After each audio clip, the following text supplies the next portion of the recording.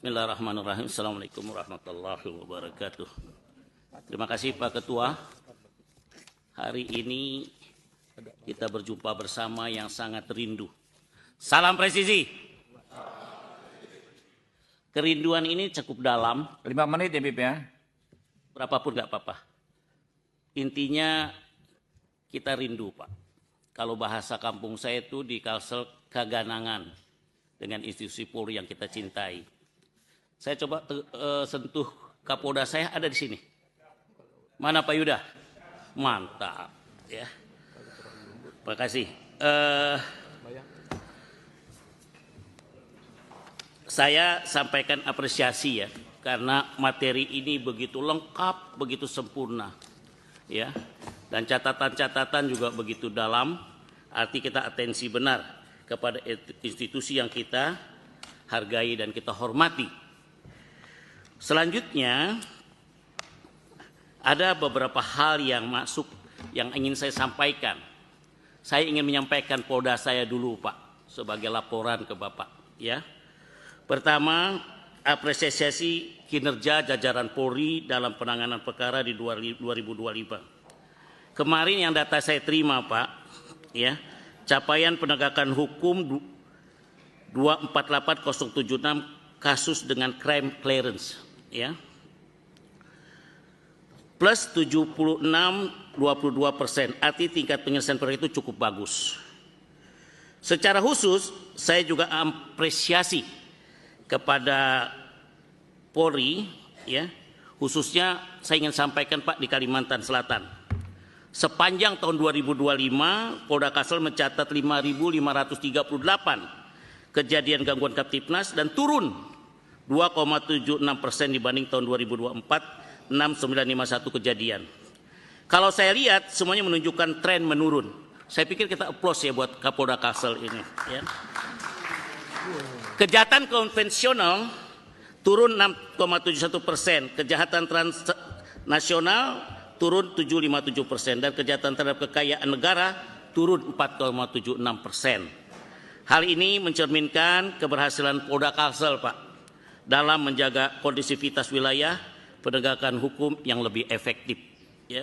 Saya pikir perlu kita sambut dengan pantun bunga melati harum baunya. Cakep. Tumbuh rapi di tepi negeri. Cakep. Kami apresiasi kerja dan upaya Kapolri memimpin dengan dedikasi tinggi ya.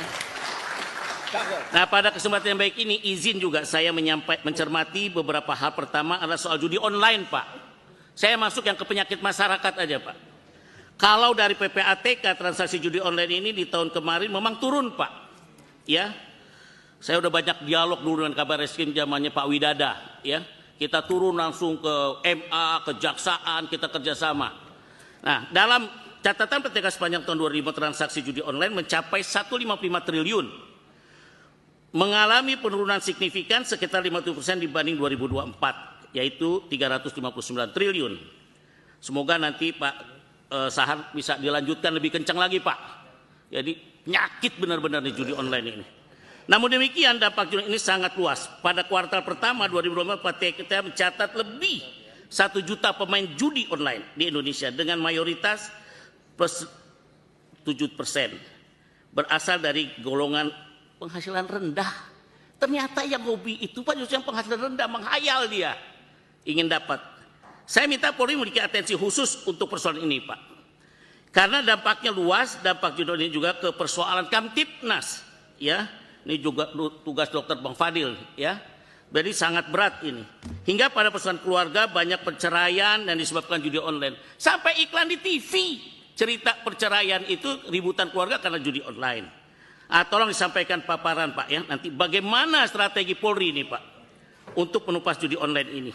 Dan apa saja kira-kira kendala yang dihadapi oleh Polri. Selanjutnya, kedua soal narkoba. Setelah judi online, narkoba. Data yang saya miliki sampai Oktober 2005 jumlah kasus narkoba yang diungkap oleh Mabes Polri bersama jajaran 38.934 kasus. Saya membaca atas akumulatif nasional sepanjang 2025. Ya. Mencapai total sebesar 590 ton ya narkoba yang disita dari berbagai jaringan kriminal. Kalau saya saran Pak, dalam narkoba nih udahlah jangan banyak basa-basi. Hajar aja Pak orang-orang pengedar-pengedar bos-bosnya. Tunjukin di masyarakat Pak bahwa itu kita kerjakan dengan baik gitu, bukan pada pengguna. Jika dicermati, ganja masih mendominasi volume Pak. Barang bukti menunjukkan tingginya peredaran di berbagai wilayah. Sabu dan ekskalasi memperlihatkan sindikat distribusi yang menggunakan rute darat, lautan, dan juga dengan cara jaringan digital. Ini menunjukkan dua tantangan yang perlu diperhatikan. Saya berharap bisa ditekan Pak pola kerja mereka ini semua. Selanjutnya saat ini sedang menjadi atensi politik Pak tentang kejadian di Polres Sleman. Mana Polres Jogja nih Pak Anggoro? Iya. Siap. Ya, yaitu Hogi Minaya, seorang suami yang mencoba bela istrinya saat dijamret. Malah ditahan suaminya. Nah, ini bagaimana ceritanya? Ya, apakah ada mensrea dari Hogi ini sehingga harus diproses pidana? Terakhir, Pak Ketua, saya dari PKS ingin menyampaikan, saya juga memikirkan pandangan Polri berada di bawah Presiden langsung, Pak. Saya ulangi lagi kalimat ini bukan basa-basi, bukan cari muka, bukan ingin ada kepentingan lain. Memang sepantasnya lah Polri di bawah Presiden. Karena Polri memiliki tugas menjaga Kamtipnas, menegakkan hukum perlindungan, pengayoman, dan pelayanan masyarakat yang bersifat nasional, lintas wilayah dan lintas sektor. Setuju ya Pak ya? Iya. Oke. Sementara Pak, kementerian atau kalau yang saya dengar Kemendagri aja misalkan, secara prinsip adalah Kementerian Administrasi Pemerintahan Daerah yang fokus pada otoda, tata kelola, Pemda, dan penduduk, Adminduk. Oleh karenanya menempatkan Polri di bawah kementerian atau Kemendagri tidaklah tepat karena akan berpotensi menyempitkan tugas Polri menjadi instrumen administratif. Ya. Padahal tugas Polri menuntut netralitas dan jangkau nasional dan kewenangan penegakan hukum yang tidak boleh terikat kepentingan lokal. Saya pikir Ketua, ini kalimat inti Abu Bakar dan PKS menyampaikan poin penting karena saya yakin dari tim reformasi memang dalam waktu dekat akan mengumumkan hasilnya. Oleh karena kami di DPR merasa berkepentingan menjaga mitra kami dan kita berharap berjalan lebih baik lagi. Pergi ke hutan mencari rotan. Cakep. Rotan diraut menjadi anyaman. Cakep. Hukum tegak untuk semua kalangan. Cakep. Keadilan tegak untuk seluruh lapisan. Salam.